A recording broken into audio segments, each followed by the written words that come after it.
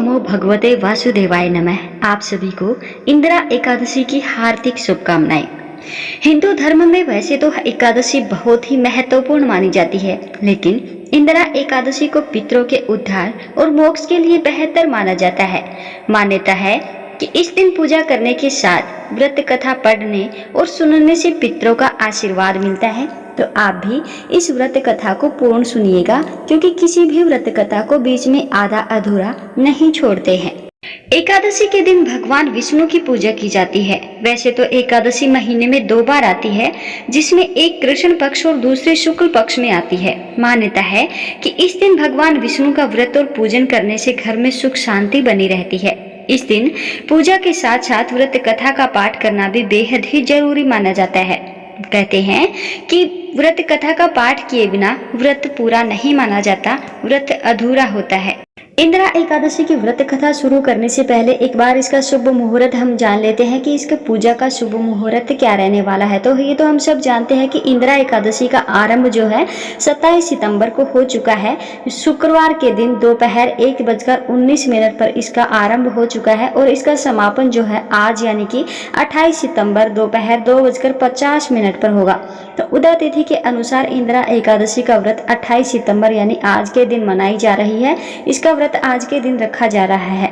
पूजा अर्चना के लिए सबसे शुभ मुहूर्त 28 सितंबर की सुबह है 7:42 से लेकर के सुबह के 9:12 तक है। तो आइए अब श्रवण करते हैं इंदिरा एकादशी की व्रत कथा। उससे पहले कमेंट बॉक्स में जय श्री हरि जरूर लिखते जाइएगा। धर्मराज युधिष्ठिर कहने लगे, हे भगवान, आश्विन कृष्ण एकादशी का क्या नाम है, इसकी विधि तथा फल क्या है, सो कृपा करके कहिए। भगवान श्री कृष्ण कहने लगे कि इस एकादशी का नाम इंदिरा एकादशी है। यह एकादशी पापों को नष्ट करने वाली तथा पितरों को अधोगति से मुक्ति देने वाली होती है। हे राजन, ध्यान पूर्वक इस कथा को सुने। इसके सुनने मात्र से ही वाजपेय यज्ञ का फल मिलता है। प्राचीन समय में सतयुग में एक समय महिष्मती नाम की एक नगरी में इंद्रसेन नाम का एक प्रतापी राजा धर्म पूर्वक अपनी प्रजा का पालन करते हुए शासन करता था। वह राजा पुत्र, पौत्र और धन आदि से संपन्न और विष्णु का परम भक्त था। एक दिन जब राजा सुखपूर्वक अपनी सभा में बैठा था, तो आकाश मार्ग से महर्षि नारद उतर करके उसकी सभा में आए। राजा उन्हें देखते ही हाथ जोड़ करके खड़े हो गए और उनको आसन ग्रहण करवाया और उनका आदर सत्कार किया।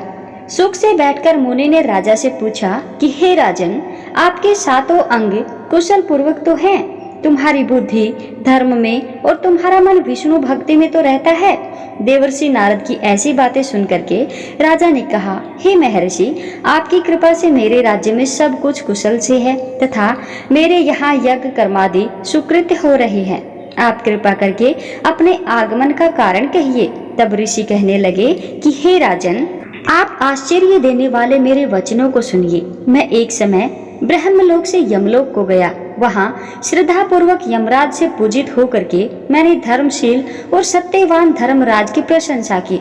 उसी यमराज की सभा में महान ज्ञानी और धर्मात्मा तुम्हारे पिता को एकादशी का व्रत भंग होने के कारण देखा। उन्होंने संदेश दिया, सो मैं तुम्हें कहता हूँ। उन्होंने कहा कि पूर्व जन्म में कोई विघ्न हो जाने के कारण मैं यमराज के निकट रह रहा हूँ। सो हे पुत्र, यदि तुम आश्विन कृष्णा इंदिरा एकादशी का व्रत मेरे निमित्त करो तो मुझे स्वर्ग की प्राप्ति हो सकती है। इतना सुनकर राजा कहने लगे, हे महर्षि, आप इस व्रत की विधि मुझसे कहिए। नारद जी कहने लगे, आश्विन माह की कृष्ण पक्ष की 10वीं के दिन प्रातःकाल श्रद्धा पूर्वक स्नान आदि से निवृत्त होकर के पुनः दोपहर को नदी आदि में स्नान जा करके आप करें। फिर श्रद्धा पूर्वक पितरों को श्राद्ध करें और एक बार भोजन करें। प्रातःकाल होने पर एकादशी के दिन दातुन आदि करके स्नान करें। फिर व्रत के नियमों को भक्ति पूर्वक ग्रहण करते हुए प्रतिज्ञा करें कि मैं आज संपूर्ण भोगों का त्याग करके निराहार एकादशी का व्रत करूंगा। हे पुंडरीकाक्ष, मैं आपकी शरण में हूँ, आप मेरी रक्षा कीजिए। इस प्रकार नियम पूर्वक शालिग्राम की मूर्ति के आगे विधि पूर्वक श्राद्ध करके योग्य ब्राह्मणों को फलाहार का भोजन कराएं और दक्षिणा दे। पितरों के श्राद्ध से जो बच जाए उसको सूंघ कर गौ का दान दे तथा धूप, दीप, गंध, पुष्प, नैवेद्य आदि सब सामग्री से ऋषिकेश भगवान का पूजन करे।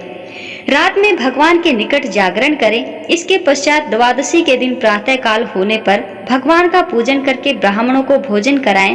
भाई बंधुओं, स्त्री और पुत्र सहित आपकी भी मौन होकर के भोजन करें। नारद जी कहने लगे कि हे राजन, आप विधि से यदि तुम आलस्य रहित हो करके इस एकादशी का व्रत करोगे तो तुम्हारे पिता अवश्य ही स्वर्ग लोक को जाएंगे। इतना कह करके नारद जी अंतर्ध्यान हो गए। नारद जी की कथा अनुसार राजा द्वारा अपने बांधवों तथा दासों सहित व्रत करने से आकाश से पुष्प वर्षा हुई और उस राजा का पिता गरुड़ पर चढ़कर विष्णु लोक गया। राजा इंद्रसेन भी एकादशी के व्रत के प्रभाव से निसंकट राज्य करके अंत में अपने पुत्र को सिंहासन पर बैठाकर स्वर्ग लोक को गया। हे युधिष्ठिर, यह इंद्रा एकादशी के व्रत का महात्म्य मैंने तुमसे कहा। इसके पढ़ने और सुनने से मनुष्य सब पापों से छूट जाते हैं और सब प्रकार के भोगों को भोग करके वैकुंठ को प्राप्त होते हैं। बोलिए ओम नमो भगवते वासुदेवाय नमः।